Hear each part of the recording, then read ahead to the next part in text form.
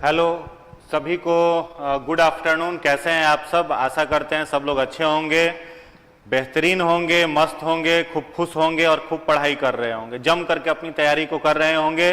तो फटाफट बस कुछ ही देर में आज का सेशन हम शुरू करने वाले हैं। आज का समय थोड़ा सा टाइम पहले कर दिया गया है क्योंकि सैटरडे भी था और इस कारण से, और कुछ आज सर का प्रोग्राम भी था, doctor Ranjit Kumar Singh IAS sir का प्रोग्राम था। इस कारण से सभी लोग, हम लोग मिशन 50 के टीम वहां पर प्रेजेंट रहेंगे, वहां पर सभी लोगों को जाना है। बस इसी कारण से आज आपका सेशन 6 बजे ना होकर के इस टाइम पर हो रहा है। तो आज का आपका जो भी लाइव सेशन होने वाला है वो थोड़ा देर पहले हो जाएगा, चाहे वो मेरा हो जाए साइंस का, या फिर जो करेंट अफेयर्स का सेशन लेकर के आते हैं रजनीश सर, उनका भी आज सेशन कुछ देर पहले, कुछ देर बाद ही आपको मिल जाएगा। तो फटाफट आज थोड़ा सा अलग टाइम पर हम लोग आए हैं। तो जितने सारे फ्रेंड जुड़ चुके हैं, एक बार अपने इस वीडियो को आप शेयर कर दीजिए, अपने दोस्तों तक पहुंचा दीजिए। जितने भी ग्रुप में जितने सारे फ्रेंड सर्किल है आपका, जो भी इस चैनल को देखते हैं, जो भी यहां से मार्गदर्शन लेते हैं और जो भी अलग अलग चीजों को यहां से लगातार वीडियो सीरीज के माध्यम से अपने नॉलेज को इनहेंस कर रहे हैं, उन सब तक आपकी ड्यूटी है इस वीडियो को पहुंचा दीजिए। फटाफट सारे लोगों तक वीडियो को शेयर कर लीजिए। एक बार देखते हैं कौन कौन लोग जुड़ चुके हैं।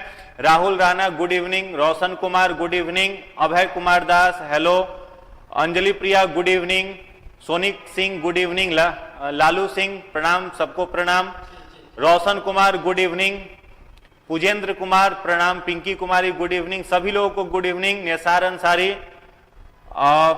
मुझे बहुत हेल्प मिल रही है, बहुत बहुत थैंक यू आपको। आपको सेशन अच्छा लग रहा है तो अपने दोस्तों को भी बताइए और अधिक से अधिक लोगों तक इस चैनल को, इस वीडियो को आप पहुंचाने का प्रयास करेंगे। Anil Kumar good afternoon, Chandeshwar Prasad good evening, समा प्रवीण गुड इवनिंग, सभी लोगों को गुड इवनिंग, वार्म वेलकम है आप सभी का। फटाफट जुड़ जाइए और अपने दोस्तों तक आप वीडियो को पहुंचा दीजिए, सारे ग्रुप में शेयर कर दीजिए।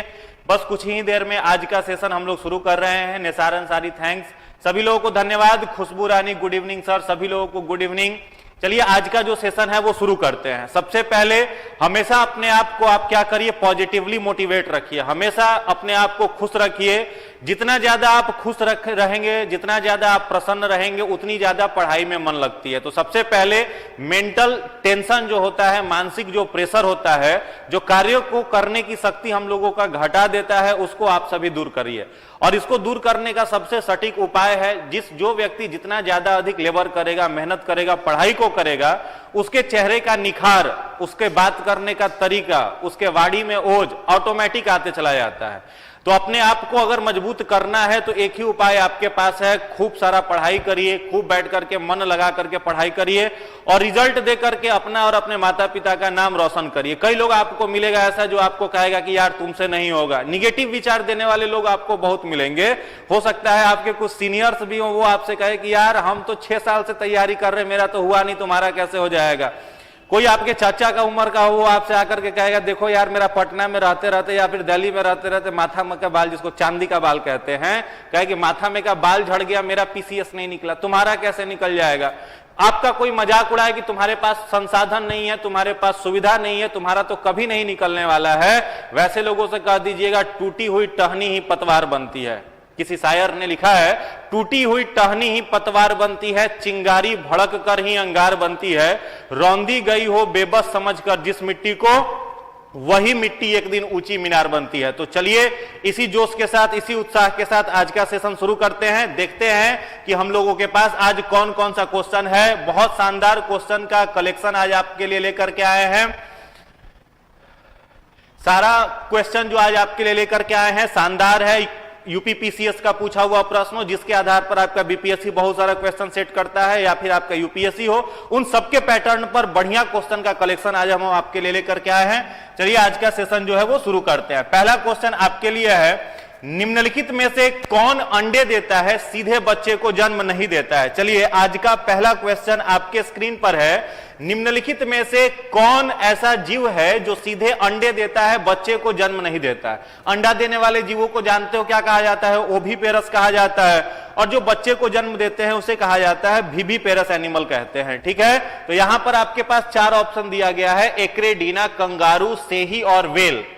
एक्रेडीना, बी है कंगारू, सी है सेही और डी है वेल। और बीपीएससी का 5वें ऑप्शन के साथ है प्रश्न पूछा जा रहा है कौन अंडे को देता है सीधे बच्चे को जन्म नहीं देता है। देखते हैं कितने सारे लोग आंसर दे रहे हैं। चलो आंसर आना शुरू हो गया। सब लोग एक्रेडीना कह रहे हैं। ऑप्शन ए की तरफ सभी लोगों का रुझान है। लगातार आंसर आ रहा है। कुछ लोग बी भी कह रहे हैं। फटाफट बी भी कुछ लोग कह रहे हैं। पहले तो चैनल को अपने दोस्तों तक शेयर कर दीजिए। जितने सारे लोग जुड़ चुके हैं सारे फ्रेंड तक चैनल को शेयर कर दीजिए और इस क्वेश्चन का आंसर दीजिए। बहुत धन्यवाद आप लोगों का। लगातार आप लोग बढ़ते चले जा रहे हैं। लगातार लोग जुड़ रहे हैं। सभी लोगों को गुड इवनिंग। चलिए आज का यह प्रश्न देखते हैं। देखो इसमें से जो ऑर्गेनिज्म अंडा देता है बच्चे को जन्म नहीं देता है मैमल होने के बावजूद, उस जीव को हम लोग क्या कहते हैं? एक्रेडीना कहते हैं। तो जितने सारे लोगों ने ए आंसर टिक किया है सभी लोगों का आंसर बिल्कुल ही सही है। एक्रेडीना इस प्रश्न का सही उत्तर है। चलिए दूसरे क्वेश्चन की तरफ आगे बढ़ते हैं। आज का दूसरा प्रश्न आपके स्क्रीन पर है। निम्नलिखित में से किस प्रकार के जीव में वह घटना पाई जाती है जिसमें मादा मैथुनोपरांत नर को मार देती है? मादा जो होती है वो मैथुनोपरांत नर को मार देती है। वैसा कौन सा जीव है जिसमें जो मादा होती है वो मैथुनोपरांत सेक्सुअल रिप्रोडक्शन के बाद में नर को मार देती है? ऑप्शन है ड्रैगन फ्लाई, ऑप्शन है मधुमक्खी, सी है मकड़ी और डी है पिट वाइपर। फटाफट कमेंट कर करके आंसर बताइए फटाफट। जो लोग तनु कुमार कह रहे हैं निगेटिव बोलती हैं, पढ़ाई नहीं करने देती हैं, करने देंगी जी पढ़ाई। उनको समझाइए, अच्छे से समझाइए, वो आपको सपोर्ट करेंगे। चलो फटाफट आंसर दीजिए। कौन इसमें से क्या आंसर होगा? जो मैथुनोपरांत अपने नर को मार देती है वह घटना किस में पाई जाती है? देखते हैं क्या आंसर आ रहा है। लगातार आंसर आने लगा। मकड़ी मकड़ी मकड़ी। वाह वेरी गुड। जितने सारे लोगों ने इसका आंसर मकड़ी किया है उन सारे लोगों का सही है। आपके हाथ में कॉपी और पेन लेकर के बैठिएगा। कॉपी और पेन हाथ में रहना चाहिए। एक्स्ट्रा इंफॉर्मेशन जो आपको हम देंगे, ये जितने सारे वीडियोज का पीडीएफ है जो हम लोग क्लास ले रहे हैं, इन सारे कंटेंट का जो पीडीएफ है आपको टेलीग्राम चैनल पर मिल जाएगा। वहां पर सभी लोग जुड़ जाएंगे। डॉक्टर रंजीत कुमार सिंह आईएएस के नाम से टेलीग्राम चैनल बना हुआ है, वहां पर जुड़ेंगे और जुड़ करके वहां से ये सारा पीडीएफ आपको अवेलेबल करा दिया जाता है, वहां पर आपको मिल जाएगा। चलिए तीसरे क्वेश्चन की तरफ आगे बढ़ते हैं। आज का जो तीसरा प्रश्न है, विटीकल्चर के द्वारा निम्नलिखित में से कौन एक उत्पादित होता है? प्रश्न है विटीकल्चर एक प्रोसेस है, उसके द्वारा निम्नलिखित में से कौन एक उत्पादित होता है? किसका निर्माण जो होता है वो विटीकल्चर के माध्यम से होता है? रश्मि कुमारी कह रही हैं ए, शशिकांत कुमार सी, अंजलि प्रिया पीडीएफ मिल जाएगा वहां पर, सब लोगों को पीडीएफ मिल जाएगा। अंगूर आंसर आने लगा डी। कुछ लोग ए भी कह रहे हैं, कुछ लोग सी भी कह रहे हैं, कुछ लोग डी भी कह रहे हैं। सब मिला जुला आंसर आ रहा है। शायद थोड़ा सा इस क्वेश्चन में आप लोगों को कंफ्यूजन हो रहा होगा, ध्यान से बनाइए, बन जाएगा। बिल्कुल आसान क्वेश्चन है। विटीकल्चर द्वारा निम्नलिखित में से कौन एक का उत्पादन किया जाता है? विटीकल्चर जो है उसके माध्यम से निम्नलिखित में से किसका उत्पादन किया जाता है? तो विटीकल्चर जो है उसमें उत्पादन किया जाता है किस चीज का? अंगूर का, ग्रेप्स का जो उत्पादन है वो विटीकल्चर में किया जाता है। देखो एक चीज याद रखोगे, बिहार एसआई का एग्जाम जो अभी पिछले बार हुआ था, उस बिहार एसआई के एग्जाम में पूछा गया था फूलों के अध्ययन को क्या कहा जाता है? Study of flower is called. एक प्रश्न बिहार एसआई ने पूछा था, फूलों के अध्ययन को क्या कहा जाता है? और ऑप्शन में डाला हुआ था एंथोलॉजी भी डाला हुआ था और फ्लोरिकल्चर भी डाला हुआ था। तो बहुत सारे विद्यार्थी ऐसे थे जो सोचे फ्लोरी अगर वर्ड है तो फ्लोरी का मतलब तो फ्लावर होगा, तो फ्लोरिकल्चर टिक करके चले आए, जबकि इसका राइट आंसर जो होगा वो एंथोलॉजी होगा। फूलों के अध्ययन को क्या कहते हैं? एंथोलॉजी। और जबकि फ्लोरिकल्चर क्या है? तो जिस वर्ड में कल्चर लगा हुआ रहे उसका मतलब होता है खेती। अगर कल्चर वर्ड में लगा हुआ रहे तो उसका मतलब क्या हो जाता है? खेती। और जहां पर लॉजी लगा हुआ रहे, लॉजी LOGY, लॉजी लगा हुआ रहे तो इस लॉजी का मतलब होता है स्टडी। तो ध्यान से आप आंसर देंगे, लॉजी लगा हुआ रहे तो स्टडी, और अगर कल्चर लगा हुआ रहे तो इसका मतलब खेती। तो फूलों की खेती फ्लोरिकल्चर और फूलों का अध्ययन एंथोलॉजी। वैसे ही यहां पर पूछा जा रहा है आपसे विटीकल्चर में निम्नलिखित में से कौन किसका उत्पादन किया जाता है?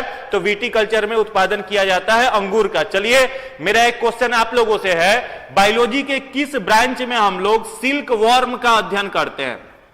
Silk worm keeping, silk worm keeping, रेशम के कीट का पालन बायोलॉजी के किस ब्रांच में किया जाता है? फटाफट कमेंट बॉक्स में आंसर बताएंगे फटाफट। हाँ, एंथोलॉजी जो है या फूलों का अध्ययन है? फटाफट कमेंट कर करके इसका आंसर बताइए।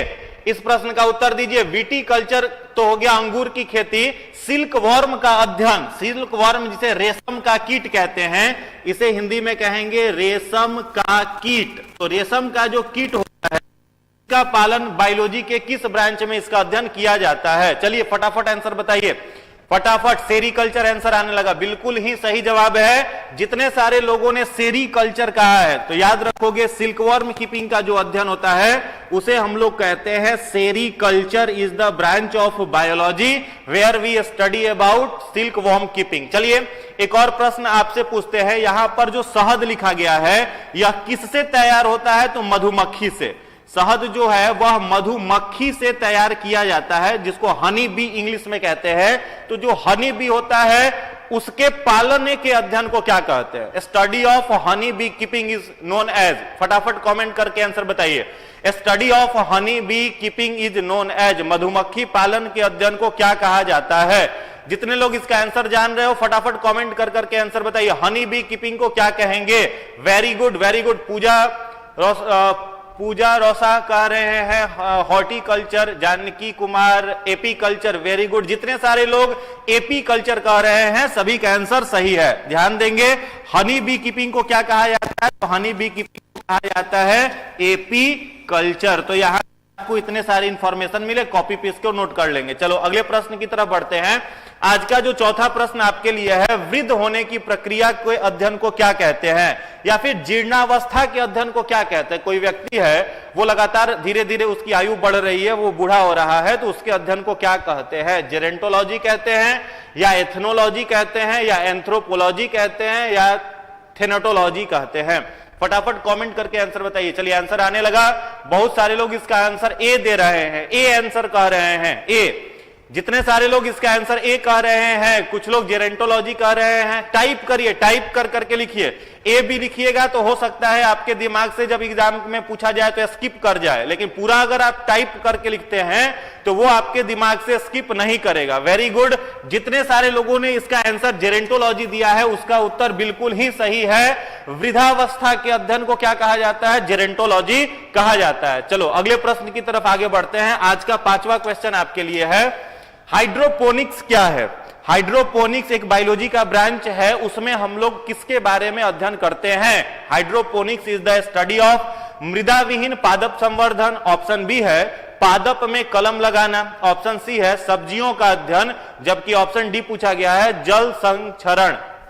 कमेंट कर करके आंसर बताइए। चलिए अगला क्वेश्चन, एक नेक्स्ट क्वेश्चन आपके पास 5वां प्रश्न आ चुका है। चौथा क्वेश्चन से आगे बढ़िए। 5वां क्वेश्चन जो आपके लिए है, हाइड्रोपोनिक्स क्या है? मृदा विहीन पादप संवर्धन है, पादप में कलम लगाना है, सब्जियों का अध्ययन है, या जल संचरण है? फटाफट कमेंट करिए, आंसर बताइए। हाइड्रोपोनिक्स क्या है? हाइड्रोपोनिक्स क्या है? कमेंट करके आंसर बताइए। हाइड्रोपोनिक्स क्या है? Very good, very good. लगातार ए, कुछ लोग डी भी आंसर कर रहे हैं, तो डी आंसर कर रहे हैं उनका उत्तर बिल्कुल ही गलत है। डी इसका सही उत्तर नहीं होगा।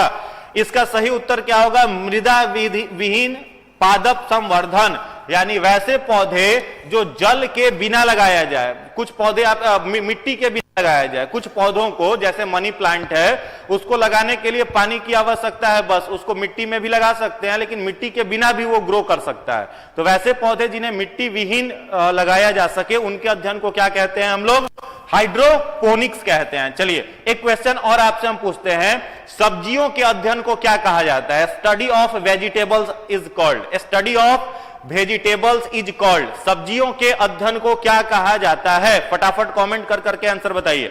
सब्जियों के अध्ययन को क्या कहा जाता है?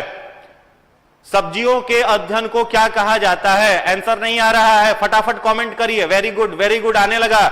जितने सारे लोग सब्जियों के अध्ययन को क्या कहते हैं? कुछ लोग हॉर्टिकल्चर कह रहे हैं, कुछ लोग ओलेरीकल्चर कह रहे हैं, कंफ्यूजन है, कुछ लोग पोमोलॉजी भी कह रहे हैं। वेरी गुड, गलत है। चलो, तो सब्जियों का अध्ययन जो है इसे क्या कहा जाता है? ओलेरीकल्चर। सब्जियों के अध्ययन को हम लोग क्या कहते हैं? ओलेरीकल्चर। ओलेरीकल्चर में क्या किया जाता है? सब्जियों का अध्ययन किया जाता है, या सब्जियों की खेती का अध्ययन किया जाता है ओलेरीकल्चर में। या फिर अगर आपसे पूछे फलों का अध्ययन, स्टडी ऑफ फ्रूट्स, तो फलों का अध्ययन किस ब्रांच में किया जाता है? तो फलों का अध्ययन हम लोग करते हैं बायोलॉजी के जिस ब्रांच में, उसको हम लोग कहते हैं पोमोलॉजी। तो पोमोलॉजी में क्या करा जाता है? फलों का अध्ययन किया जाता है। चलिए अगले प्रश्न की तरफ आगे आते हैं। आज का छठा क्वेश्चन आपके लिए है कोशिका भित्ति। अगला प्रश्न आपके लिए है कोशिका भित्ति किस चीज की बनी होती है? कोशिका भित्ति होती है, कैसी होती है? पारगम्य होती है या अर्ध पारगम्य होती है या फिर चयनात्मक पारगम्य होती है या अपारगम्य होती है? कोशिका भित्ति जो है इसका नेचर, इसकी प्रॉपर्टी जो होती है वो कैसी होती है? स्टडी ऑफ कोशिका भित्ति की प्रवृत्ति, nature of cell wall. What is the nature of cell wall? कुछ लोग सेमी परमिएबल कह रहे हैं, कुछ लोग, चलिए फटाफट कमेंट कर करके आंसर बताइए। फटाफट डी आंसर आने लगा। डी बी कंफ्यूजन है, बहुत सारे लोग डी कह रहे हैं, कुछ लोग बी कह रहे हैं, कुछ लोग डी कह रहे हैं, कुछ लोग बी कह रहे हैं। देखो कोशिका भित्ति जो है, कोशिका भित्ति का मतलब क्या हो गया? Cell wall.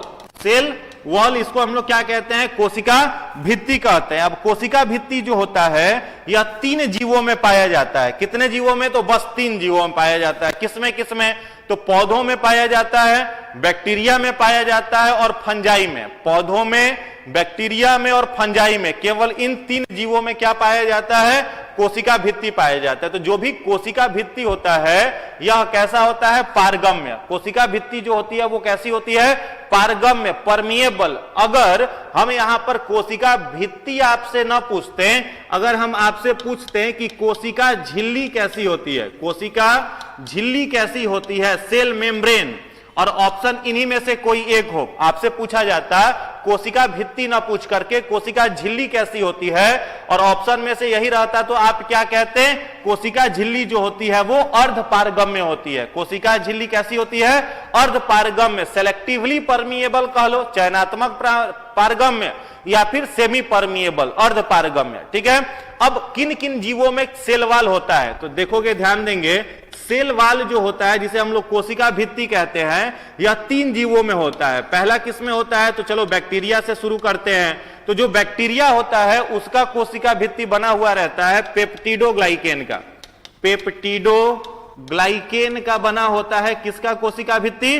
बैक्टीरिया का। दूसरा अगर आपसे पूछा जाए किसमें और है, तो जो कवक होता है जिसे हम लोग फंजाई कहते हैं, इसमें भी कोशिका भित्ति पाया जाता है, और कवकों का कोशिका भित्ति बना हुआ होता है काइटिन नामक पॉलीसेकेराइड शुगर का। और तीसरा कोशिका भित्ति किसमें पाया जाएगा? तो तीसरा पाया जाएगा प्लांट्स में, और प्लांट्स का जो सेल वॉल होता है वह किस चीज का बना हुआ रहता है? सेलुलोज का। तो इतना इंफॉर्मेशन सभी के दिमाग में रहना चाहिए। बस इन्हीं 3 जीवों के अंदर कोशिका भित्ति पाई जाती है।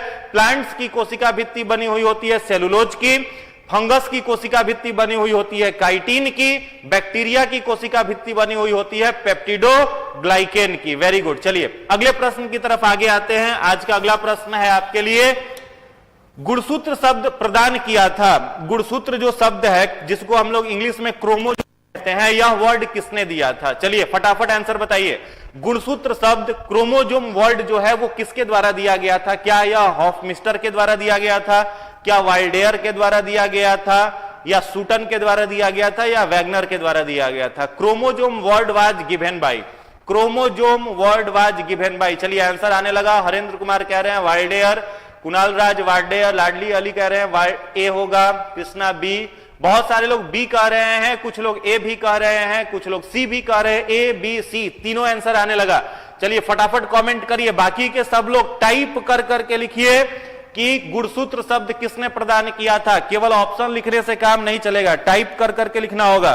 तो देखो गुणसूत्र जो शब्द है वो देने वाले वैज्ञानिक, गुणसूत्र को क्या कहा जाता है? क्रोमोजोम कहा जाता है। इसको कहते हैं क्रोमोजोम, जो अलग अलग जीवों में अलग अलग होता है। जैसे आपने सुना होगा कि मनुष्य में क्रोमोजोम की संख्या अगर पेयर में कहा जाए तो 23 होती है। ठीक है। बंदरों में अलग होता है, जैसे हम लोगों में 46 क्रोमोजोम है, बंदरों में 48 क्रोमोजोम होता है, तो उसमें अधिक होता है।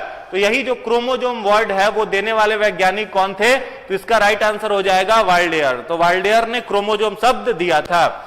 आज का 8वां प्रश्न है आपके लिए, निम्न में से किसमें लिंग गुणसूत्र नहीं होते?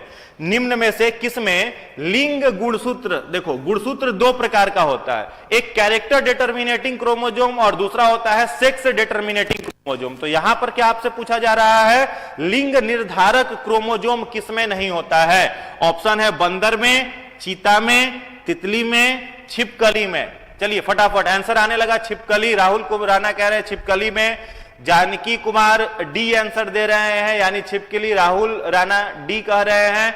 फटाफट आंसर आने लगा। देवानंद कुमार सी कह रहे हैं, निधि प्रिया डी कह रही हैं, सौरभ मिश्रा छिपकली। चलो वेरी गुड, जितने सारे लोगों ने इसका आंसर छिपकली दिया है उसका आंसर सही है। छिपकली जो होता है इसमें लिंग गुणसूत्र नहीं होता है। और बंदर में अगर आपसे कोई पूछ दे तो देखो बंदर ह्यूमन से भी एडवांस है, तो इस पर रिसर्च अगर किया जाए और रिसर्च इस पर किया जा सकता है। तो बंदर जो होता है, जैसे इंसान में कितना हुआ 46, याद रखोगे बंदरों में क्रोमोजोम की संख्या कितनी होती है 48 पेयर। और ऐसा माना जाता है कि इंसान पहले क्या था, तो लंगूर की एक प्रजाति थी हम लोगों की जिसका नाम था क्रो-मैग्नन एप। हम लोगों का पूर्वज कौन था?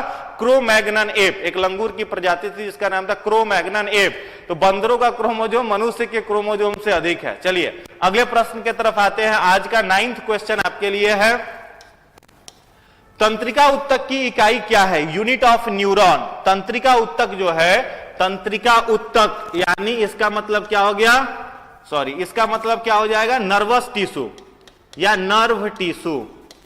इसका हो जाएगा nerve tissue. The unit of nerve tissue is called. तंत्रिका उत्तक की इकाई कौन सी है? कमेंट करके फटाफट आंसर करेंगे। बिल्कुल, क्रो-मैग्नन जो है वो मनुष्य का पूर्वज था, जैसे मैमथ हाथियों का पूर्वज था वैसे ही क्रो-मैग्नन जो है वो मनुष्य का पूर्वज है। चलिए कमेंट करिए फटाफट। बी आंसर आने लगा, बी लगातार आंसर आ रहा है, बी आंसर न्यूरॉन बिल्कुल ही सही जवाब है। न्यूरॉन जो होता है वो क्या होता है, मनुष्य के नर्व टिश्यू का क्या होता है, स्ट्रक्चरल एंड फंक्शनल यूनिट। अगर आपसे पूछा जाए structural and functional unit of nervous system तो क्या आंसर करिएगा, न्यूरॉन। अगर आपसे पूछा जाए structural and functional unit of human body तब क्या कहोगे, सेल। अगर आपसे पूछा जाए structural and functional unit of kidney तब क्या आंसर करोगे, नेफ्रॉन। न्यूरॉन और नेफ्रॉन में कंफ्यूज मत होइएगा फ्रेंड। न्यूरॉन जो होता है वो नर्वस सिस्टम का संरचनात्मक और क्रियात्मक इकाई है, जबकि नेफ्रॉन जो होता है वो हमारी किडनी का संरचनात्मक और क्रियात्मक इकाई है। चलिए अगले प्रश्न की तरफ आते हैं। आज का अगला क्वेश्चन आपके लिए है, दांत मुख्य रूप से बने होते हैं। मनुष्य का जो दांत होता है, जो टीथ होता है, वो किस चीज का बना हुआ होता है? फटाफट आंसर बताइए, फटाफट आंसर बताइए। कुछ लोग नेफ्रॉन, हाँ नेफ्रॉन जो होता है वो किडनी का संरचनात्मक इकाई है, सही है। चलिए वीडियो अभी तक लाइक नहीं हुआ, जितने सारे लोग जुड़े हुए हो एक बार फटाफट लाइक करो। पहले वीडियो को लाइक करिए फटाफट, दोस्तों तक शेयर करिए, दोस्तों तक शेयर करिए, वीडियो को लाइक करिए, फिर आगे बढ़ते। एक से एक अच्छे अच्छे प्रश्न आज है आपके लिए जो कई सारी प्रतियोगिता परीक्षा में पूछा गया। फिर जितना हम क्वेश्चन आपको साइंस में करा देंगे फिर उसके बाद प्रीवियस ईयर कुछ क्वेश्चन बच ही नहीं जाता है। केवल इन क्वेश्चनों के अलावा एक प्रश्न से हम 4-4 प्रश्न लेकर के आते हैं, 3-3 प्रश्न लेकर के आते हैं। उसके बाद कोई क्वेश्चन बैंक आपके लिए बचता नहीं है साइंस का जिसे आपको एक्स्ट्रा एफर्ट के साथ बनाना पड़े। तो उतना कलेक्शन आपको यहां से दिया जा रहा है। तो एक बार फटाफट सारे लोग वीडियो को लाइक कर दीजिए, अपने फ्रेंड्स तक शेयर कर दीजिए। चलिए रोशन कुमार कह रहे हैं कर दिए सर, वेरी गुड, बहुत बहुत धन्यवाद आपका। जितने सारे लोग लाइक कर दिए हैं सभी लोगों को बहुत बहुत धन्यवाद, शुक्रिया। चलिए इस प्रश्न को देखते हैं। दांत जो है मनुष्य का वो किस चीज का बना हुआ होता है? देखिए दांत जो होता है, सबसे पहले अगर आपसे पूछा जाए दांत क्या है तो दांत जो होता है माउथ में तो दिख ही रहा है, तो दांत के अध्ययन को हम लोग क्या कहते हैं? तो याद रखोगे ओडोंटोलॉजी। जो मनुष्य का दांत है इसके अध्ययन को क्या कहा जाता है? Odontology. Odontology is the study of teeth. और दांत बना किस चीज का है? तो कैल्शियम फॉस्फेट और कैल्शियम कार्बोनेट का, ये आप लोग पढ़े हुए हैं। लेकिन यहां पर अगर ऑप्शन में तो दे ही नहीं रहा है, तो फिर कैल्शियम कार्बोनेट और फॉस्फेट वाला मामला ही खत्म हो गया कि दांत किस चीज का बना हुआ है, कंफ्यूजन आ सकता है। तो देखो दांत जो है वो यहां पर आंसर राइट क्या आ जाएगा? डेंटाइन। इसका जो राइट आंसर है वो क्या हो जाएगा? नहीं जी 2 बार लाइक मत कर देना, जानकी कुमार कह रहे हैं 2 बार लाइक करने पर अनलाइक हो जाएगा। 2 बार लाइक नहीं करना है, एक ही बार लाइक करो बस। इतना नहीं जोश में आ जाना कि 2 बार सर लाइक कर देते हैं आपके वीडियो को, 2 बार मत करना, एक ही बार करना। चलिए, तो दांत मुख्य रूप से किस चीज का बना हुआ होता है? डेंटाइन का। एक और प्रश्न मेरा आप बताइएगा, मनुष्य के शरीर का सबसे मजबूत भाग कौन सा है? मनुष्य का शरीर का सबसे मजबूत भाग कौन सा है? What is the strongest part of the human body? चलो फटाफट एक बार कमेंट बॉक्स में, कमेंट स्लो चल रहा है जी, फटाफट क्या आंसर करिए। मनुष्य का दांत जो है वो तो डेंटाइन का बना हुआ है। मनुष्य का जो दांत है वो डेंटाइन का बना हुआ है, लेकिन दांत का मनुष्य के शरीर का सबसे मजबूत भाग कौन सा है? चलिए कमेंट कर करके आंसर बताइए, मनुष्य के शरीर का सबसे मजबूत भाग कौन सा है? तो चलो बहुत सारा आंसर आने लगा। तो मनुष्य, याद रखना है, strongest part of the human body, strongest part of human body, मानव के शरीर का सबसे मजबूत भाग, याद रखोगे क्या होता है? इनामेल। वेरी गुड, क्या होता है? इनामेल होता है। दांत के ऊपर पीले रंग की संरचना देखते हो, उसी को क्या बोलते हैं? इनामेल बोलते हैं। मनुष्य की हड्डी से भी मजबूत होता है, समझ लो, जो हम लोगों का बोन है, हड्डी है, उससे भी मजबूत क्या होता है? इनामेल होता है। जैसे मान लो अभी है, अब एक क्वेश्चन बनाना, बड़ा सिंपल सा प्रश्न है, मनुष्य के दूध के दांत में कौन सा दांत नहीं होता? मनुष्य के दूध के दांत में कौन सा दांत नहीं होता है? 4 प्रकार का दांत है, सब लोग जान रहे हो। एक दांत होता है इंसीजर, दूसरा होता है केनाइन, तीसरा होता है प्रीमोलर और चौथा होता है मोलर। ये 4 दांत है ना। तो इन चारों में से कौन सा दांत ऐसा है जो दूध के दांत में नहीं पाया जाता है? चलिए फटाफट आंसर बताइए, दूध के दांत में कौन सा दांत नहीं पाया जाता है? कुछ लोग मोलर कह रहे हैं, रूपेश रावत कह रहे हैं, एक बार नाम ले लीजिए, आपका नाम ले लिए, स्किप हो जाता है, कमेंट जो तेजी से चलता है उसमें कुछ नहीं दिख पाता कभी कभी। चलिए उसको अन्यथा नहीं लेना है, सबका नाम हम पढ़ रहे हैं। चलिए, तो दूध के दांत में कौन सा दांत जो है वो नहीं होता है? तो इसका राइट आंसर क्या हो जाएगा? प्रीमोलर टीथ जो होता है वो दूध के दांत में नहीं रहता। अब आपसे पूछे कि ये तो आपने बता दिया कि प्रीमोलर टीथ नहीं है, कैसे बताया, किस आधार पर बताया? तो बचपन में तो गिन करके रखे नहीं होगे, कैसे बताओगे? तो इसको बताने के लिए आपको एक डेंटल फॉर्मूला बताई देते हैं, उसको याद कर लो। एक डेंटल फॉर्मूला जो मिल्क टीथ का है वो है 2102/2102 इंटू 2। देखो मनुष्य जो है वो कैसा ऑर्गेनिज्म है? तो मनुष्य को अगर बीचों बीच काटा जाए तो उसका शरीर 2 बराबर हिस्सों में बढ़ जाएगा, इसलिए हम लोग का सिमेट्री कैसा है? बाइलेटरल सिमेट्रिकल, द्विपार्श्व सममित, बाइलेटरल सिमेट्रिकल। तो ये ऊपर जो लिखा हुआ है ये ऊपरे जबड़े में दांतों की संख्या है, नीचे जो लिखा हुआ है ये निचले जबड़े में दांतों की संख्या है, और 2 से मल्टीप्लाई इसलिए किया गया है कि लिप्स के इधर जो दांत जिस जगह पर है, लिप्स के इधर वह दांत उसी जगह पर है। जैसे यहां केनाइन है तो यहां भी केनाइन है, इसलिए कितना से मल्टीप्लाई किया है? 2 से। तो देखिए 2 और 2 4 हुआ, 4 दूना 8 हो गया। तो मिल्क टीथ में इंसीजर की संख्या कितनी होती है? 8। केनाइन अगर पूछे तो 1 1 2, 2 दूना 4, दूध के दांत में केनाइन की संख्या 4।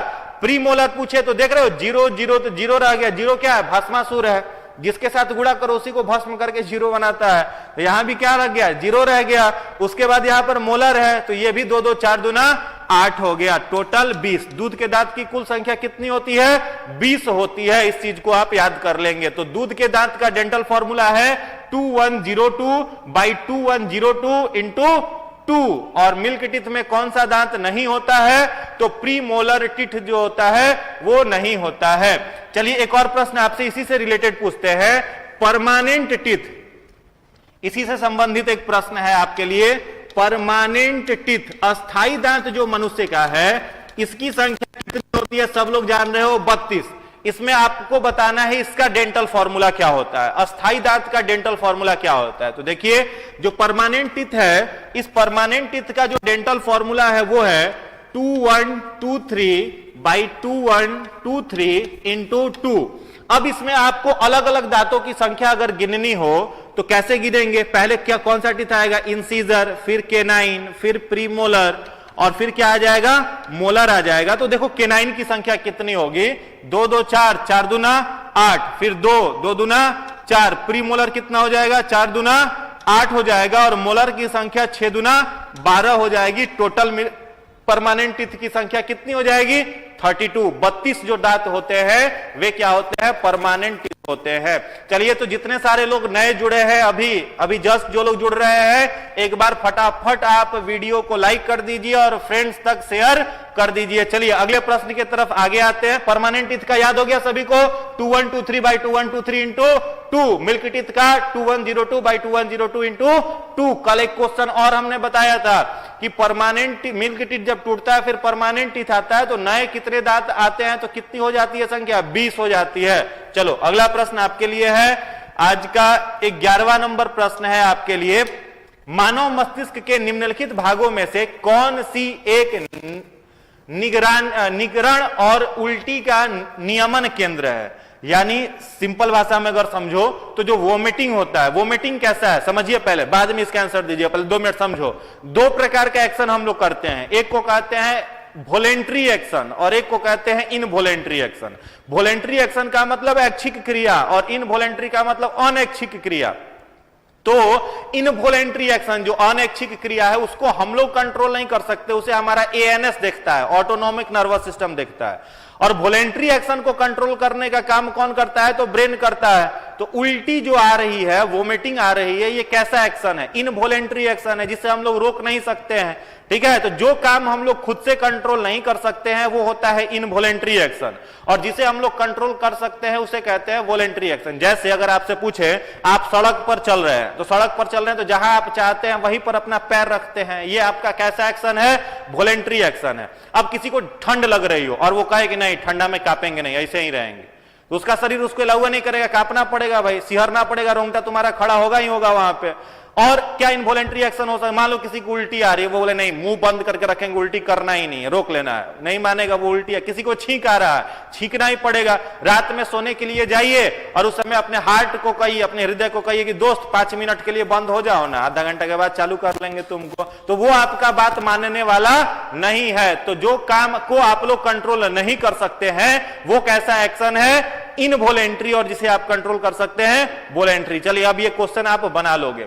मानव मस्तिष्क में के निम्नलिखित भागों में से कौन सा भाग निगरण और उल्टी का नियमन करता है, अनुमस्तिष्क, प्रमस्तिष्क, मेडुला ऑब्लेंगाटा या पोन्स? फटाफट कमेंट कर करके आंसर बताइए। क्वेश्चन नंबर 11 का आंसर बताइए फटाफट।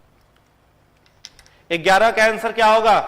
चलिए हम देख रहे हैं, बहुत सारे लोग सी कह रहे हैं, मेडुला ऑब्लेंगाटा। वाह, वेरी गुड वेरी गुड, सब लोगों का आंसर आ रहा है मेडुला ऑब्लेंगाटा। तो मेडुला ऑब्लेंगाटा जो है इस प्रश्न का सही उत्तर है, जो उल्टी और नियमन का क्या है, केंद्र है, जो उसको कंट्रोल करता है, मेडुला ऑब्लेंगाटा। Very good. चलिए अगले प्रश्न की तरफ आगे बढ़ते हैं। आज का अगला प्रश्न है अनुवांशिकी। अनुवांशिकी की इकाई क्या है? अनुवांशिकी जिसको हम लोग क्या कहते हैं, इनहेरिटेंस कहते हैं, और अनुवांशिकी के अध्ययन को जेनेटिक्स कहते हैं। तो इनहेरिटेंस जो है उसका यूनिट क्या है? ऑप्शन ए है क्रोमोजोम, ऑप्शन बी है राइबोजोम, ऑप्शन सी है जीन, ऑप्शन डी है lysosome. Study of unit of inheritance. चलिए आंसर आने लगा, सी सी सी, फटाफट आप लोग आंसर दे रहे हैं सी, सभी लोग सी आंसर दे रहे हैं। सी का मतलब क्या? जीन। जीन आप लोग कह रहे हैं। अब देखते हैं कि जीन जो है वो सही आंसर है या गलत आंसर है। तो बिल्कुल जितने सारे लोगों ने इसका आंसर जीन दिया है, सारे लोगों का उत्तर सही है। लाइसोजोम के बारे में हमने कल इंफॉर्मेशन आपको दिया ही था, इसे suicidal bag of the cell कहते हैं। और लाइसोजोम के अंदर क्या पाया जाता है, फटाफट बताओ, लाइसोजोम के अंदर क्या पाया जाता है जिसके चलते उसे सुसाइडल बैग कहते हैं? कल बताए थे, फटाफट कमेंट करके बताइए। 2 चीज, कौन सा स्ट्रॉन्ग एंजाइम होता है? एसिड हाइड्रोलेज, और उसी को क्या कहते हैं? Hydrolytic enzyme. एसिड हाइड्रोलेज या फिर हाइड्रोलाइटिक एंजाइम, ये कहां पर पाया जाता है? लाइसोजोम में, जिसके चलते उसे सुसाइडल बैग कहते हैं। इसकी खोज डी डुबे ने की थी। राइबोजोम को फैक्ट्री ऑफ प्रोटीन कहते हैं। इसका आंसर क्या हो जाएगा? जीन हो जाएगा। चलिए अगले प्रश्न की तरफ आगे बढ़ते हैं। आज का 13 नंबर क्वेश्चन आपके लिए है, पृथ्वी पर किसी वस्तु का पलायन वेग चंद्रमा पर उस वस्तु के पलायन वेग से क्या होगा? चलिए बिल्कुल जबरदस्त क्वेश्चन है, कई बार रिपीट हुआ है पीसीएस के एग्जाम में। बताइए आंसर, फटाफट आंसर बताइए। अभी बस 226 लोग ही जुड़ रहे हैं, और लाइव में अपने फ्रेंड तक शेयर करिए। आज टाइम थोड़ा सा हम लोग पहले आ गए हैं, आज थोड़ा हम लोग पहले आ गए हैं, जिसके चलते अभी कुछ लोगों को इंफॉर्मेशन नहीं था आज इस समय का। तो अपने दोस्तों तक आप इस वीडियो को जरूर पहुंचा दीजिए, उनको बता दीजिए कि अभी लाइव क्लासेस चल रही है। चलिए पृथ्वी पर किसी वस्तु का पलायन वेग चंद्रमा पर उस वस्तु के पलायन वेग से क्या होगा? बराबर होगा, अधिक होगा, कम होगा या फिर कुछ और इसका आंसर होगा? चलिए फटाफट इसका आंसर आप लोग बताइए। तो 13 नंबर जो प्रश्न है इसका राइट आंसर जो हो जाएगा वो क्या हो जाएगा? बी। जितने सारे लोग बी कह रहे हैं उसका आंसर सही है। पृथ्वी जो है, इस पृथ्वी से चंद्रमा ऐसा माना जाता है कि चंद्रमा पर जाने के बाद बॉडी का वेट कितना हो जाता है जी? G/6 हो जाता है। तो बॉडी हल्का हो गया। अगर कोई व्यक्ति यहां 60 किलो का है तो वहां जाएगा मून के ऊपर तो वो मात्र 10 किलो का रह जाएगा। तो हल्का हो गया तो चलेगा, तो पलायन वेग उसका बढ़ेगा, ठीक है, तो अधिक हो जाएगा। चलिए अगले प्रश्न की तरफ आगे बढ़ते हैं। आज का जो 14 नंबर क्वेश्चन आपके लिए है, देखिए और इसका आंसर दीजिए। 14 का आंसर दीजिए। परावाहिनिक विमान उड़ते हैं, पराहवनिक विमान जो होते हैं उनका गति जो होता है वो कैसा होता है? फटाफट आंसर बताइए इसका। परावाहनिक विमान जो होते हैं उनका गति कैसा होता है? ध्वनि की चाल से यह चलते हैं या ध्वनि के चाल से कम इनका स्पीड होता है या ध्वनि के चाल से अधिक इनका स्पीड होता है या ये प्रकाश के गति से चलते हैं? फटाफट आंसर बताइए। सी आंसर आने लगा। जैकी कुमार कह रहे हैं सी, अभय कुमार दास सी, तनु कुमार ध्वनि की चाल से कह रहे हैं नहीं जी, ध्वनि की चाल से नहीं चलेगा। फटाफट आंसर बताइए। सी आंसर आने लगा। कुछ लोग सी कह रहे हैं, सी में देखते हैं क्या है। सी का मतलब है ध्वनि की चाल से अधिक चाल से। तो ये जो है वो बिल्कुल ही सही जवाब है। ध्वनि के चाल से अधिक चाल जो होता है वो किसका होता है? पराहवनिक विमान का होता है। चलिए अगला प्रश्न आपके लिए है। ध्वनि तरंग नहीं चल सकती है, बच्चा वाला क्वेश्चन है लेकिन आपकी परीक्षा में पूछा हुआ है, इसलिए ध्यान से पढ़ करके उसका उत्तर देंगे। ध्वनि तरंग जो है वो नहीं चल सकती है। कहां नहीं चल सकती है? क्या यह ठोस में नहीं चलती है, द्रव्य में नहीं चलती है, गैसों में नहीं चलती है या निर्वात? निर्वात का मतलब वैक्यूम, लिखा हुआ इंग्लिश वर्ड भी है, निर्वात का मतलब वैक्यूम। चलिए आंसर आने लगा। डी डी डी, लगातार डी आंसर आ रहा है, लगातार डी आंसर आ रहा है। कुछ लोग लिक्विड कह रहे हैं, बिल्कुल नहीं, लिक्विड कह रहे हैं उनका आंसर शुद्ध रूपेण गलत है, शुद्ध रूपेण गलत है, ठीक है। जितने लोग डी कह रहे हैं उनका, हाँ वैक्यूम जितने लोग लिख रहे हैं उन सभी लोगों का उत्तर जो है वो सही है। ध्वनि तरंग किसमें नहीं चल सकती है? निर्वात में। देखो ध्वनि जो होता है ना, साउंड वेव, वो प्रोपोगेट करेगा तो उसको मीडियम चाहिए। जैसे अगर किसी व्यक्ति को अंतरिक्ष में भेज दिया जाए, अंतरिक्ष में जो लोग जाते हैं अंतरिक्ष विमान में बैठ करके, तो अंतरिक्ष में मान लो दो लोग हैं, अंतरिक्ष विमान में बैठ करके दोनों एक दूसरे से बात नहीं कर सकता है। बात करने का मतलब यहां से अगर हम बोल रहे हैं तो उसको सुनाई नहीं देगा अंतरिक्ष में। क्यों सुनाई नहीं देगा? अंतरिक्ष में वायुमंडल नहीं है, वायुमंडल नहीं है तो वायु नहीं है, वायु नहीं है तो हमारे आवाज जो है वो वहां तक नहीं पहुंच पाएगा। यहां पर हम लोग सुन पाते हैं किस चीज के माध्यम से? तो वायु के माध्यम से सुन पाते हैं। बोलते हैं तो हमारा साउंड प्रोपोगेट होकर के वायु के माध्यम से दूसरे व्यक्ति तक पहुंचता है। तो इसका जो राइट आंसर हो जाएगा वो क्या होगा? वैक्यूम होगा, निर्वात होगा। चलिए अगले प्रश्न की तरफ आगे बढ़ते हैं। आज का 16वां प्रश्न आपके लिए है, इसका आंसर दीजिए। 16 नंबर क्वेश्चन पढ़िए और इसका आंसर दीजिए।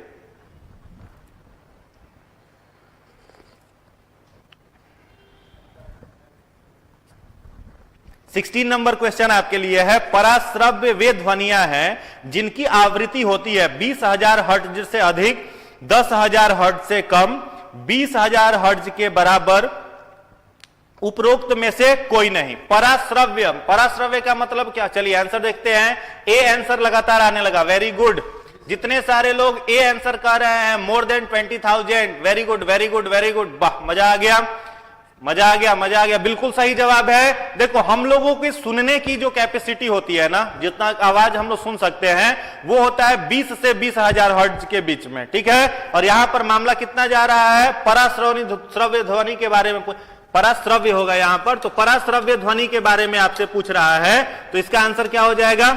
20,000 हर्ट्ज से अधिक। तो ए इज द राइट आंसर। चलिए आप लोगों को लास्ट में क्या करना है? पूरा जोड़ करके बताना है कि किसका कितना नंबर आया, और ईमानदारी से। कई बच्चे ऐसे हैं जो ऑनेस्टली नहीं दिखा रहे हैं अपने आप को ग्रुप में अच्छा दिखाने के लिए। 30 प्रश्न में से कोई कह रहा 28 सही है, 29 सही है, तो ऐसे चीटिंग करिएगा तो मामला बिगड़ जाएगा परीक्षा में, बता देते हैं पहले। तो ऑनेस्टली के साथ, ईमानदारी के साथ जोड़ जाड़ करके बढ़िया से बताइएगा। चलिए, ना तो निगेटिव मार्किंग करेंगे तो नंबर और घट जाएगा। एगो बीपीएससी ना आपको फैसिलिटी दे रहा है जी कि निगेटिव मार्किंग नहीं है, तो इसलिए ईमानदारी से आप बताएंगे कि कितना नंबर आया। चलिए 17 नंबर बताइए। पायरोमीटर का प्रयोग किया जाता है। पायरोमीटर एक इंस्ट्रूमेंट है, इसका उपयोग किसमें किया जाता है? चलिए फटाफट बताइए इसका आंसर। पायरोमीटर जो है इसका उपयोग किसमें किया जाता है? सूर्य के तापमान को ज्ञात करने के लिए, या फिर मानव शरीर का ताप ज्ञात करने के लिए, जल का ताप ज्ञात करने के लिए, या गैसों का ताप ज्ञात करने के लिए? चलिए फटाफट पायरोमीटर का प्रयोग किसमें किया जाता है? आंसर बताइए। Pyrometer instrument is used for, तो देखो पायरोमीटर जो इंस्ट्रूमेंट है, मानव शरीर का तापमान, ऐसे ही गलत ऑप्शन हो गया, नहीं हो गया। थर्मामीटर का यूज करते हैं। अब यहां कोई कहते कि रक्तदाब मापने के लिए, तो सब लोग जा रहे हैं रक्तदाब किससे मापा जाता है? Blood pressure is measured by which instrument? क्या कहिएगा? एस्फिग्नोमैनोमीटर। एस्फिग्नोमैनोमीटर के द्वारा क्या मापते हैं? ब्लड प्रेशर, शरीर का तापमान थर्मोमीटर, और जो पायरोमीटर होता है ना, उससे हम लोग क्या मापते हैं? सूर्य के तापमान को मापते हैं। सूर्य के तापमान को मापा जाता है पायरोमीटर से। वेरी गुड, जितने सारे लोगों ने ए आंसर किया है सभी का जवाब बिल्कुल ही सही है। अगले प्रश्न की तरफ आते हैं, बस 30 क्वेश्चन ही लेकर के आए हैं। चलिए अगला प्रश्न देखिए।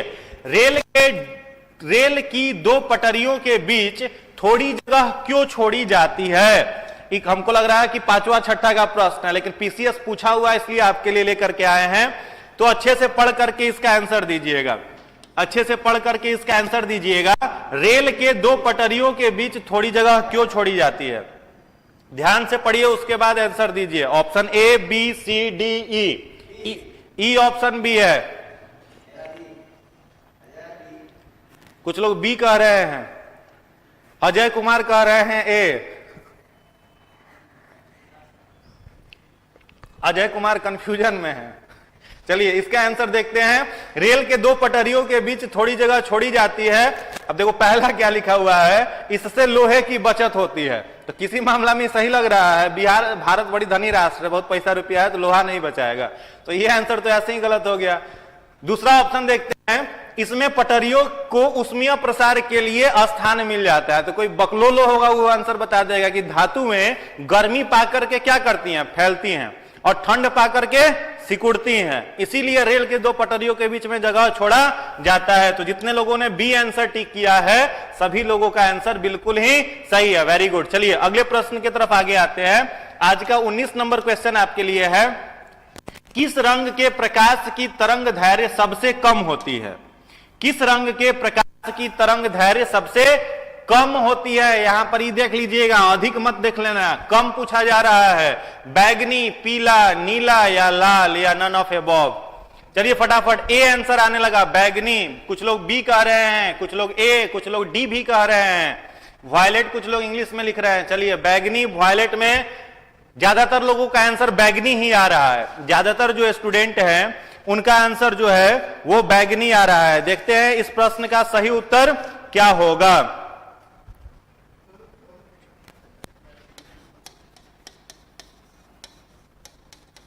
एक कोड इसको आपको याद रखना है, विबग्योर। ठीक है, एक कोड आपको याद रखना है, क्या? विबग्योर। देखो भी का मतलब यहां पर है, यहां पर जो भी लिखा हुआ है इसका मतलब क्या होगा? भी स्टैंड फॉर वायलेट। वायलेट का मतलब क्या होगा? बैगनी, बैगनी। ठीक है, भी मतलब बैगनी। उसके बाद आई है, आई का मतलब क्या हो जाएगा? इंडिगो। तो इंडिगो जो होता है वो क्या होता है? गाढ़ा। इंडिगो का मतलब होगा गाढ़ा नीला रंग। ठीक है ना, ज्यादा गाढ़ा नीला रंग। उसके बाद है बी, तो बी से क्या हो जाएगा? ब्लू। ठीक है, नीला रंग। जी से क्या हो जाएगा? ग्रीन। जी जो है इसका मतलब क्या होगा? ग्रीन। फिर वाई है, वाई का मतलब क्या हो जाएगा? येलो, पीला रंग। और ओ का मतलब क्या होगा? ऑरेंज। एक प्रश्न पूछता ही पूछता है, ठीक है, तो कंफ्यूज नहीं होना है। ओ का मतलब ऑरेंज, आर का मतलब क्या हो जाएगा? रेड। तो अभी आपसे थोड़ा सा हमने आसान प्रश्न पूछ दिया कि सबसे कम होती है, तो आपने मान लो टिक कर दिया वायलेट। लेकिन अगर पूछ देता कि पीला और ऑरेंज इन दोनों में किसका तरंग दैर्घ्य सबसे कम होगा, तब तो मामला गड़बड़ा जाता। तो इसलिए इस चीज को आप याद कर लो, विबग्योर। ठीक है, ये याद रहेगा। तो सबसे कम किसका हो गया? वायलेट। सबसे अधिक किसका हो गया? रेड का हो गया। ठीक है, तो उम्मीद करते हैं अब किन्हीं का आंसर गलत नहीं होगा। तो जितने सारे लोगों ने इसका सही आंसर बैगनी किया है उन सारे लोगों का आंसर बिल्कुल ही सही है। चलिए अगले प्रश्न की तरफ आगे आते हैं।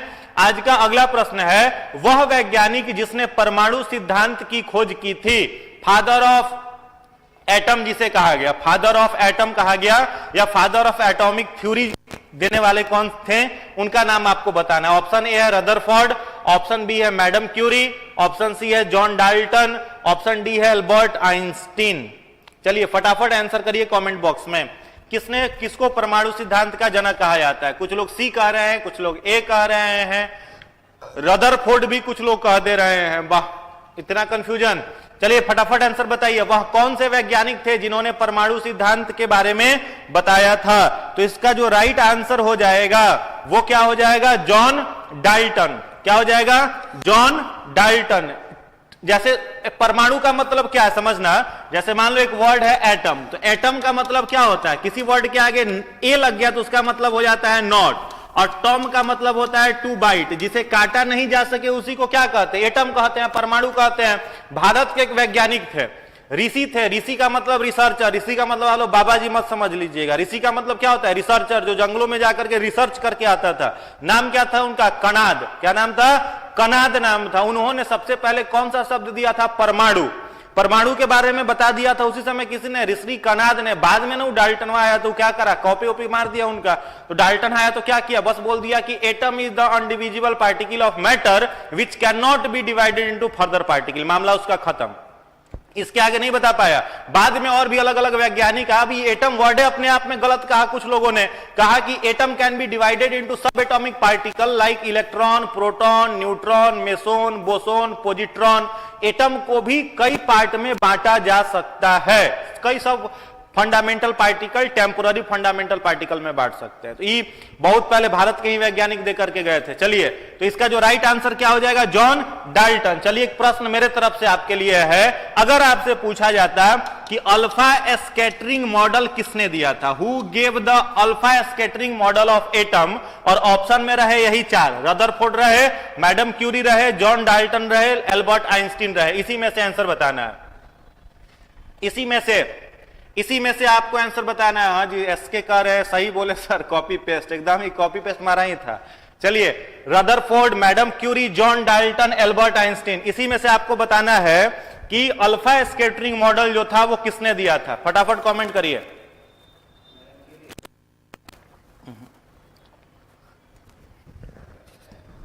देखो, अल्फा स्कैटरिंग मॉडल जो देने वाले वैज्ञानिक थे उनका क्या नाम था? रदरफोर्ड। याद रखना है, अगर आपसे पूछा जाता रदरफोर्ड ने क्या दिया था तो अल्फा स्कैटरिंग मॉडल। अब अल्फा स्कैटरिंग मॉडल क्या था वो समझ लेना। देखो, अल्फा स्कैटरिंग मॉडल में क्या होता है, कुछ खास नहीं है, बस थोड़ा सा दिमाग लगाओगे समझ जाओगे।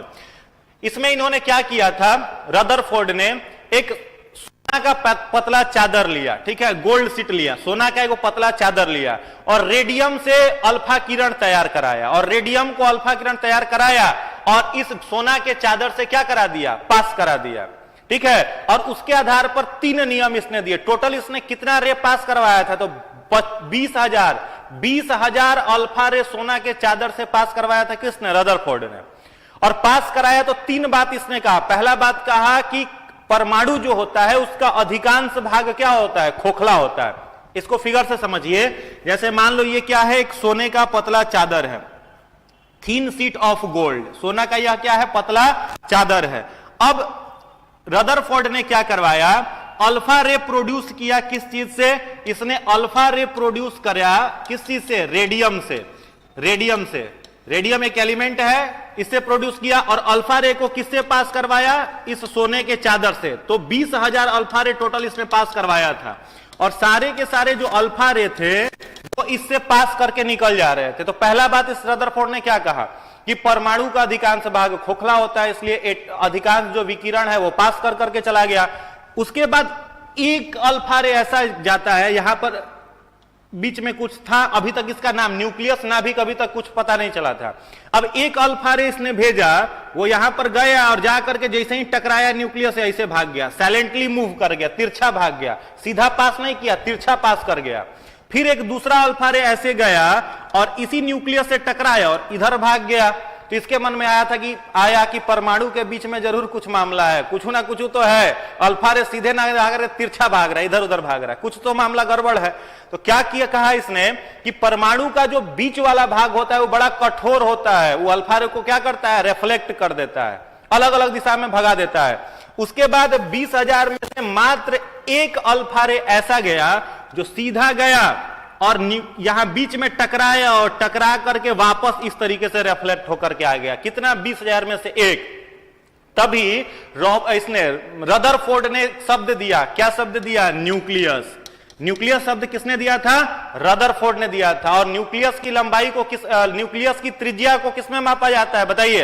एटम के नाभिक के त्रिज्या को किसमें मापा जाता है, फटाफट कमेंट कर करके बताइए। एटम के नाभिक के त्रिज्या को किसमें मापा जाता है, तो किसमें मापा जाता है, फर्मी में मापा जाता है। किसमें मापा जाता है, फर्मी में। नाभिक की त्रिज्या को फर्मी में मापा जाता है और एटम की त्रिज्या को किसमें मापा जाता है, एंगस्ट्रॉम में मापा जाता है। चलिए अगले प्रश्न की तरफ आगे बढ़ते हैं। तो रदरफोर्ड ने अल्फा स्कैटरिंग मॉडल दिया और जिसने परमाणु सिद्धांत की खोज की उसका क्या नाम था, जॉन डाल्टन। अगले प्रश्न की तरफ आइए, क्वेश्चन नंबर 21।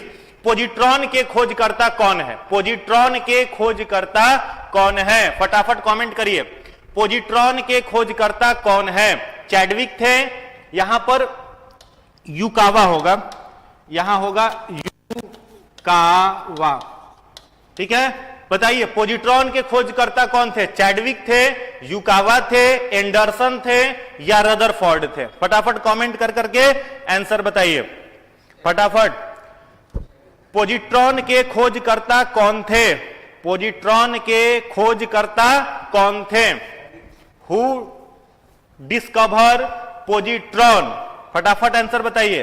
तो इसका जो राइट आंसर देखते हैं, कमेंट एक बार। सब लोग सी कह रहे हैं, एंडरसन कुछ लोग कह रहे हैं, कुछ लोग युकावा भी कह रहे हैं, देखिए एक भी कह रहे हैं कुछ लोग। देखो याद रखोगे, पोजिट्रॉन जो है ये इलेक्ट्रॉन का क्या है, एंटी पार्टिकल है।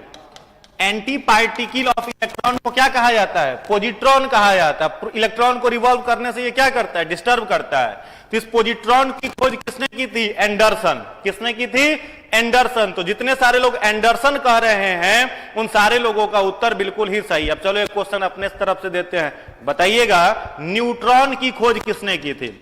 न्यूट्रॉन जो होता है जिस पर कोई चार्ज नहीं होता है, चार्जलेस होता है, उसकी खोज किसने की थी। ऑप्शन यही चार है, चैडविक है, युकावा है, एंडरसन है और रदरफोर्ड है। बताइए न्यूट्रॉन की खोज किसने की थी, न्यूट्रॉन की खोज किसने की थी, फटाफट कमेंट कर करके आंसर बताइए। न्यूट्रॉन की खोज किसने की, न्यूट्रॉन की खोज किसने की थी, बताइए आंसर। न्यूट्रॉन की खोज किसने की थी, तो देखो न्यूट्रॉन जो है इसकी खोज किसने की थी, कहां गया, ये था चैडविक।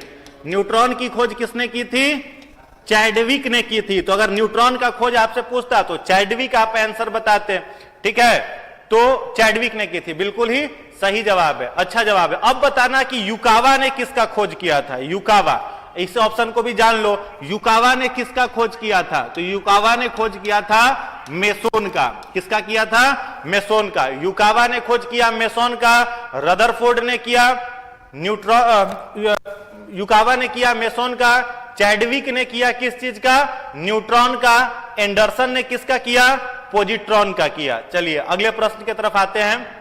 आज का 22 नंबर प्रश्न है, पृथ्वी की आयु का आकलन किया जाता है। पृथ्वी की आयु का आकलन निम्नलिखित में से किससे किया जाता है, यूरेनियम डेटिंग के द्वारा, कार्बन डेटिंग के द्वारा, परमाणु घड़ी से, जैविक घड़ी से। चलिए फटाफट आंसर बताइए। गुड इवनिंग, नंदिता कुमारी कह रहे हैं गुड इवनिंग, सभी लोगों को गुड इवनिंग। अब फटाफट आंसर दीजिए, इस प्रश्न का उत्तर दीजिए। पृथ्वी की आयु का आकलन किससे किया जाता है, यूरेनियम डेटिंग से, कार्बन डेटिंग से, परमाणु घड़ी से या जैविक घड़ी से। आंसर दीजिए इसका। 22 नंबर, बहुत लोगों का अलग अलग आंसर आ रहा है, कुछ लोग यूरेनियम भी बोल रहे हैं, कुछ लोग परमाणु भी बोल रहे हैं।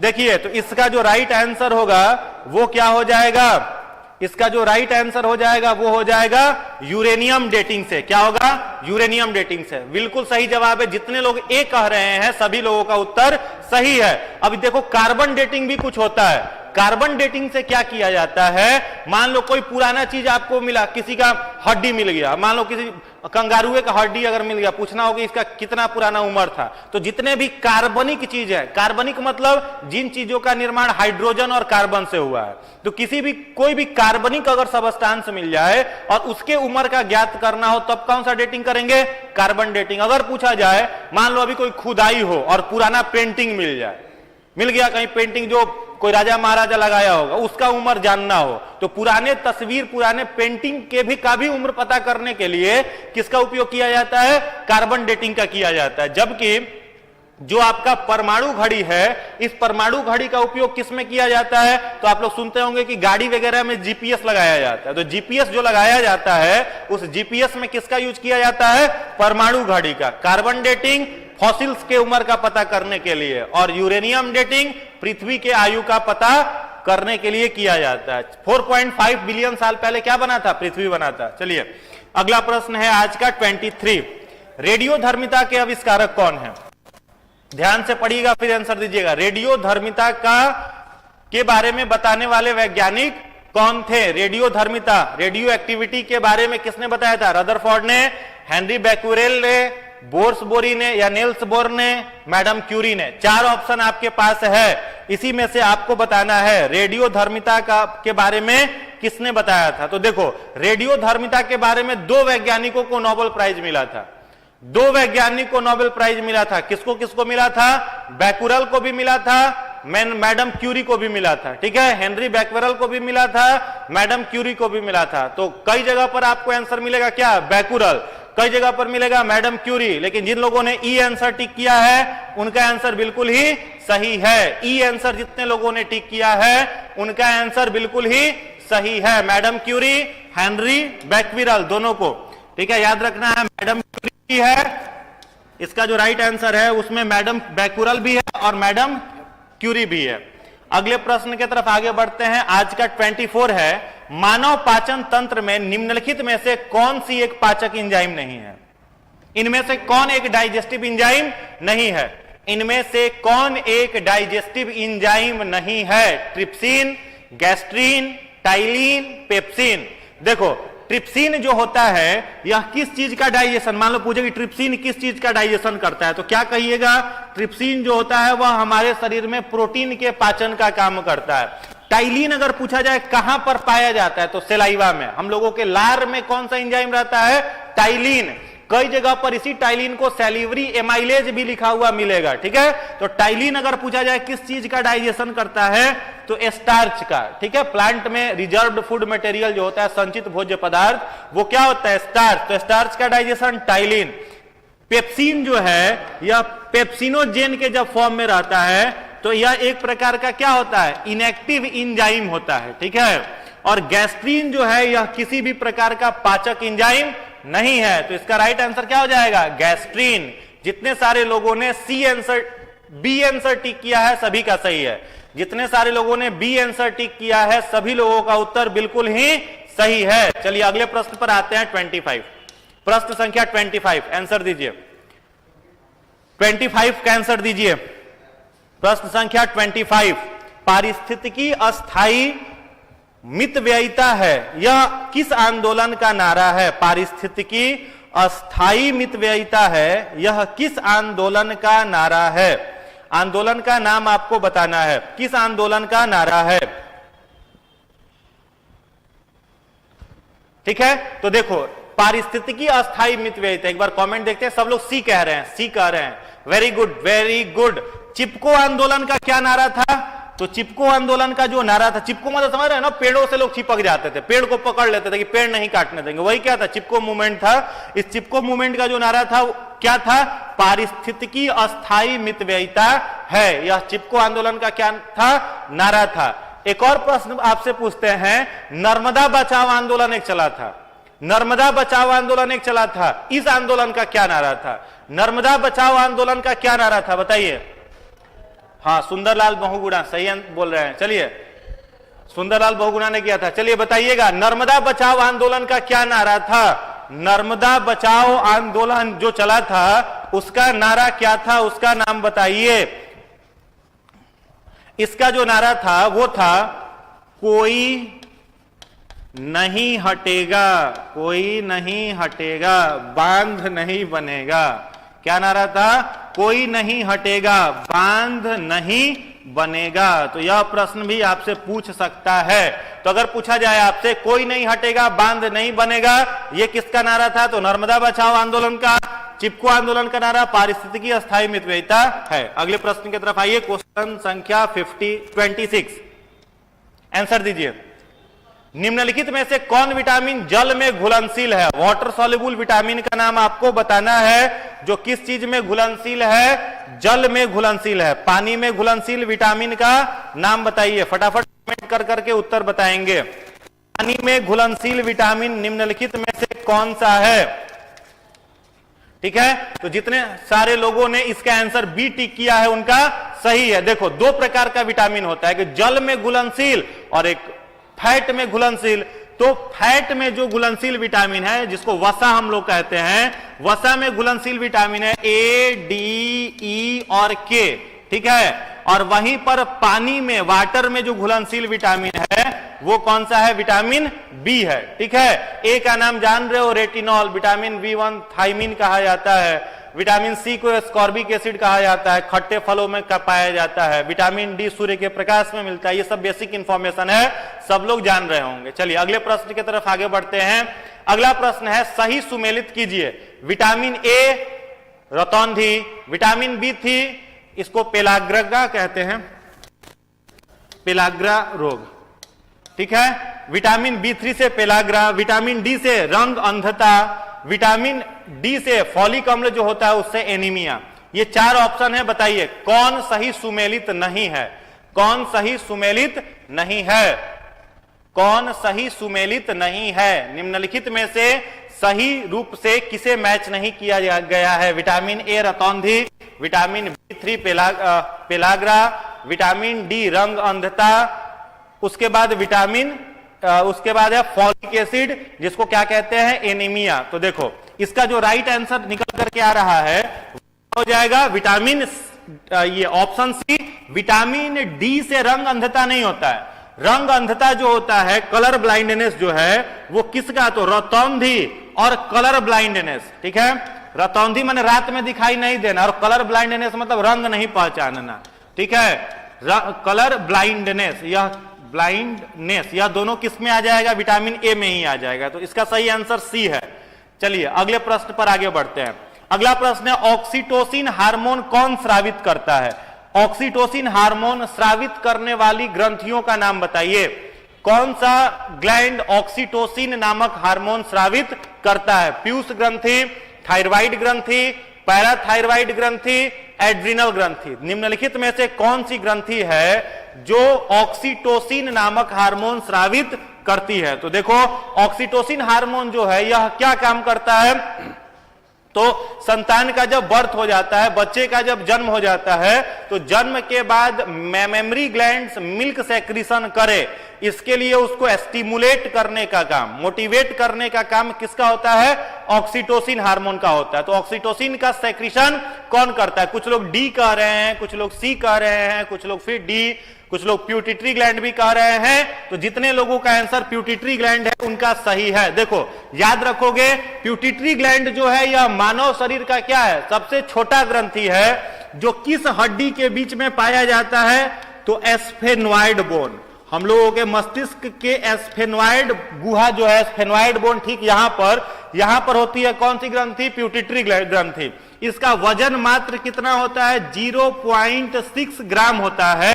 और इसी प्यूटिटरी ग्रंथि को हम लोग मास्टर ग्लैंड भी कहते हैं। मास्टर ग्रंथि भी इसी को कहा जाता है। तो ये इंफॉर्मेशन भी आप नोट कर लेंगे। चलिए, पीयूष ग्रंथि। अगले प्रश्न की तरफ आगे बढ़ते हैं।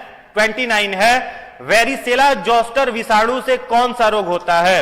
वेरिसेला जोस्टर एक वायरस का नाम है, इससे कौन सा रोग होता है? वेरिसेला जोस्टर से कौन सा रोग? पोलियो, चेचक, रैबीज, हैजा। यह चारों कैसे बीमारी है? एक तो यहां पर दिख रहा है आपको बैक्टीरिया से होने वाला कॉलरा, बाकी तीनों कौन से किससे होते हैं? तो ऐसे ही पहले क्वेश्चन दिखा, इलिमिनेट करना शुरू कर दो। तो यहां पर पूछ रहा है विषाणु, तो ये तो मामला हट गया। कॉलरा किससे होता है? हैजा। बैक्टीरिया से होता है, क्या नाम है? विब्रियो। इसके बैक्टीरिया का क्या नाम है? विब्रियो कोलेरी, ठीक है ना, कोलेरी। चेचक जो है ये राइट आंसर हो जाएगा, ठीक है। चेचक जो होता है वो किससे होता है? वेरिसेला जोस्टर वायरस से होता है।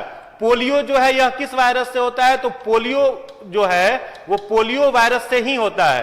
पोलियो के टीके की खोज किसने की थी? तो एल्बर्ट सेबिन ने। किसने किया था? एल्बर्ट सेबिन ने पोलियो के टीके की खोज की थी, ठीक है। सॉरी, उल्टा हो गया, पोलियो के टीके की खोज, पोलियो वैक्सीन, इसमें सही कर लेंगे। पोलियो वैक्सीन की खोज की थी सॉल्क ने। और पोलियो ड्रॉप, ये इंफॉर्मेशन लिख लो, बहुत इंपॉर्टेंट है। पोलियो वैक्सीन सॉल्क और पोलियो ड्रॉप, ये जो 2 बूंद जिंदगी की बचपन में पीते थे, पोलियो ड्रॉप, इसका नाम था सेबिन, एल्बर्ट सेबिन ने किया था। चलिए, पोलियो का वैक्सीन किसने खोजा था? सॉल्क ने। और पोलियो का ड्रॉप का इन्वेंट किसने किया था? एल्बर्ट सेबिन ने। चेचक किससे होता है? कौन से वायरस से? वेरिसेला जोस्टर वायरस से। और पोलियो, पोलियो वायरस से। रेबीज भी वायरस से होने वाली बीमारी है, और यह कौन से वायरस से होती है? रेबडो वायरस से। रेबीज जो होता है यह रेबडो वायरस से होता है, जिसके टीके की खोज लुईस पास्चर ने किया था। आज का लास्ट क्वेश्चन, अंतिम क्वेश्चन है, पूरे एनर्जी के साथ बनाइए, सेशन यहीं पर खत्म होगा, इस क्वेश्चन का उत्तर देंगे। चलिए, 30 नंबर क्वेश्चन आपके सामने है। मानव में नलिका विहीन ग्रंथि कौन सी है? मानव में नलिका विहीन, मानव में नलिका विहीन ग्रंथि का नाम बताना है। Tubeless gland in human body, tubeless, जिसमें कोई डक्ट नहीं है। क्या वह यकृत, लीवर है?